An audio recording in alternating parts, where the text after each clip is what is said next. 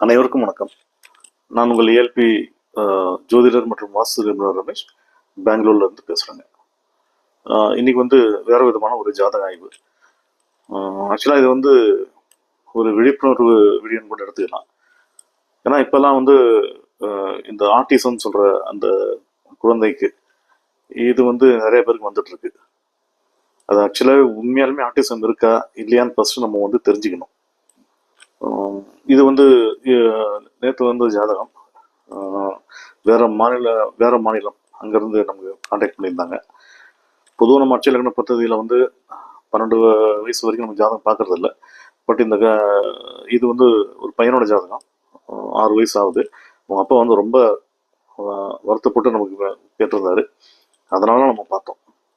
பொதுவாக அவருக்கு என்னன்னாக்கா, நான் அவர் ஜாதகத்தை பார்க்கும்போது ஆர்டிசம் மாதிரி எதுவும் காமிக்கல. அவர் என்ன சொல்றாரு, இல்லை சார் பையன் ஆர்டிசம் இருக்கிற மாதிரி எங்களுக்கு ரொம்ப ஃபீல் ஆகுது, கொஞ்சம் என்னன்னு பார்த்து சொல்லுங்க அப்படின்னு சொன்னாரு. சரி, பொதுவாக இந்த ஆர்டிசம் அப்படின்றது யாருக்கு வரும் அப்படின்னு பார்த்தீங்கன்னா, இது முழுக்க முழுக்க கர்மா, முன்னோர்களின் கர்மா பேஸ்டு தான் இந்த ஆர்டிசம் அப்படின்றது. அதாவது முன்னோர்கள் செய்த சாபம், இல்லை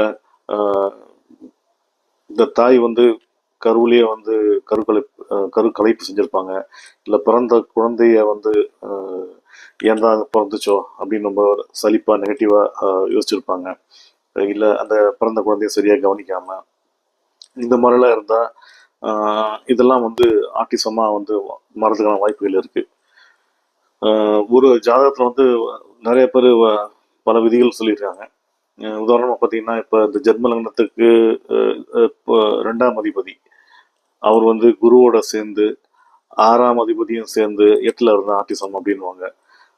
பொதுவாக அந்த ஆட்டிசம் உள்ள குழந்தைங்களோட சிம்டம்ஸ் பார்த்தீங்கன்னா, சரியா பேச மாட்டாங்க, கண்ணை பார்த்து பேச மாட்டாங்க, பேச்சு வந்து ரொம்ப தடைபடும், சில பேர் தொட்டா பிடிக்காது.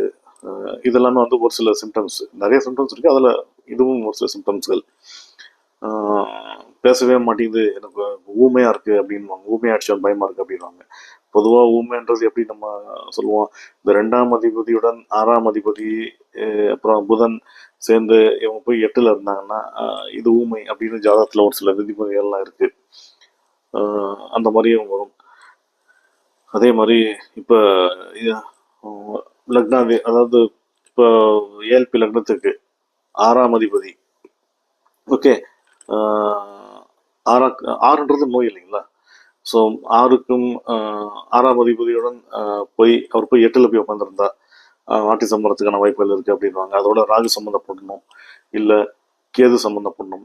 என்னோட ஆசிரியர்கள் நிறைய பேர் நிறைய வீடியோஸில் சொல்லியிருப்பாங்க. அதாவது எப்படின்னாக்கா, இப்போ இந்த மிதுன லக்னம் ஏஎல்பி லக்னமாக போகும்போது 6ஆம் அதிபதியோட செவ்வாய் இந்த ராகு பகவான் நினைவு வந்துச்சுன்னா ஆட்டிசம் அப்படின்வாங்க. இப்போ இந்த ஜாதகத்தை பார்த்தீங்கன்னா, இந்த குழந்தைக்கு, இந்த பையனுக்கு 6 வயசு ஆகுது. ஏஎல்பி லக்னமாக வந்து ரிஷபம் போயிட்டுருக்கு. லக்னாதிபதி எங்கே இருக்காரு? சுக்கிர பகவான். அவர் 11ல் இருக்காரு. அதாவது 1க்கும் 6க்கும் ஆதிபத்தியம் பெற்று 11ல் இருக்காரு. ஆச்சுங்களா? இவர் என்ன சொன்னார், இந்த பையனோட அப்பா என்ன சொன்னார், பையன் பேச மாட்டேங்கிறான் அப்படின்னு சொல்றாரு. ஏன் பேச மாட்டேங்கிறான் அப்படின்னு பார்க்கும்போது 2ஆம் பாவம் தொடர்புடைய செவ்வாய் பவன் எங்கே இருக்காரு? 8ல் போய் உட்காந்துருக்காரு. அப்போ ஜாதகர் வந்து ஏதோ பிரச்சனைனால இவர் வந்து பேச மாட்டேங்கிறாப்புல.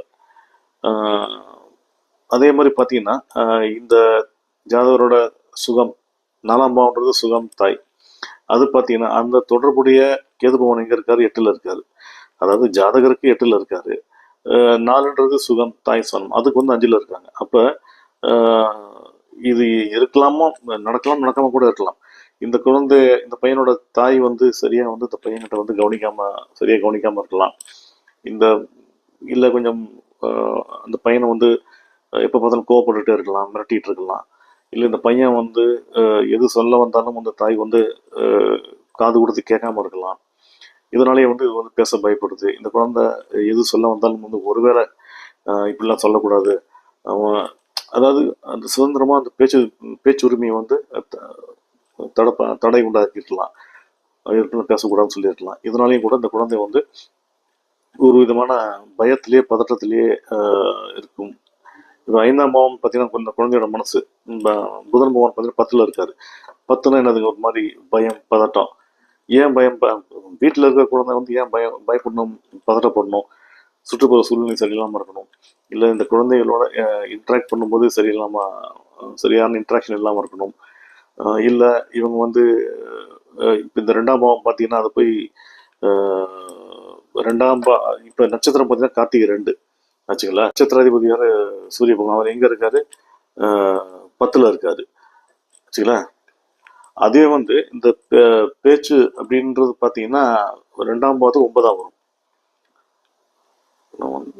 9ஆம் வருது. அப்போ என்ன ஆகுது? பாக்கியத்தினாலேயே வந்து அந்த குழந்தைக்கு வந்து பேச்சு தடைப்படுது. அதாவது இவங்க ஃபேமிலி வந்து மேபி வெல் செட்டில்டாக இல்லை, நல்ல பணம் உள்ள, நல்ல செல்வ செழிப்பாக இருக்கலாம், இல்லை அதனாலேயே இந்த செல்வம் மீட்டுறதுலேயே வந்து குழந்தைகிட்ட வந்து கான்சன்ட்ரேஷன் கம்மியாக இருக்கலாம். நம்ம இப்படி தான் இருக்கும்னு சொல்லலை. இந்த மாதிரியும் கூட இந்த மாதிரி நிகழ்வுகளால் கூட இந்த குழந்தைகள் வந்து யார்கிட்ட பேசுறது, நம்ம பேச்சு வந்து யாருமே கேட்க மாட்டேங்கிறாங்களே அப்படின்ற மாதிரி ஒரு விதமான ஒரு டிப்ரெஷன் போயிடுவாங்க. அதனாலே வந்து பேச்சு தடைப்படலாம். ஸோ நம்ம சொல்கிறது என்னன்னாக்கா, நான் மேலே முன்னாடி சொன்ன அந்த ஒரு சில விதிகள் மட்டும் அப்ளை பண்ணி பாருங்க. அது இருந்தால் மட்டும்தான் ஆட்டிசம் அப்படின்னு எடுத்துக்கணும். பொதுவாக ஆட்டிசம் அப்படின்னாலே வந்து நம்மளே வந்து ஒரு முடிவுக்கு வந்துடக்கூடாது. ஒரு நல்ல ஏஎல்பி ஜோதிடரை அணுகி ஆட்டிசம் இருக்கா இல்லையான்னு தெரிஞ்சுக்கோங்க. குழந்தைகளோட வந்து அன்பாக இன்ட்ராக்ட் பண்ணுங்க. இந்த மாதிரி விஷயங்கள் செய்வதன் மூலம் நம்ம குழந்தைக்கு வந்து கான்ஃபிடன்ஸ் உண்டாக்கலாம். உங்களுக்கு இன்னும் பயமாக இருக்குனாக்கா அதுக்குன்னு ஒரு சில கோயில்கள் இருக்குது. திருச்செந்தூர் வந்து அவ்வளோ ஒரு முக்கியமான ஸ்தலம் இந்த கோயிலுக்கு. இந்த கர்நாடகாவில் கர்நாடகா ஏரியாவில் விருப்பாட்சான் டெம்பிள் இருக்குது. அது திருப்பூரில் வந்து கோயில் இருக்குது. முருகன் ஆக்சுவலாக சிவன் கோயில், ஆனால் திருமுருகன் அந்த கோயில் பேர் வரும். அந்த கோயில் போனால் அங்கே தான் வந்து செவ்வாய்க்கும் கேதுக்கும் தனித்தனி, செவ்வாய்க்கும் கேதும் தனியாக இருக்காங்க. ஸ்பெஷலாக வந்து அங்கே வந்து அந்த கோயிலில் வந்து இருக்குது. அந்த கோயில் போய் வழிபடலாம். ஸோ குழந்தைங்களோட இன்ட்ராக்ட் பண்ணுங்கள், குழந்தைங்களை பேச விடுங்க. நம்ம குழந்தைகிட்ட அன்பாக இருந்தால் தான் வந்து அந்த குழந்தைங்க வந்து நம்மகிட்ட பேசுவாங்க. ஸோ நீங்களே வந்து ஒரு முடிவுக்கு வந்துட வேணாம்.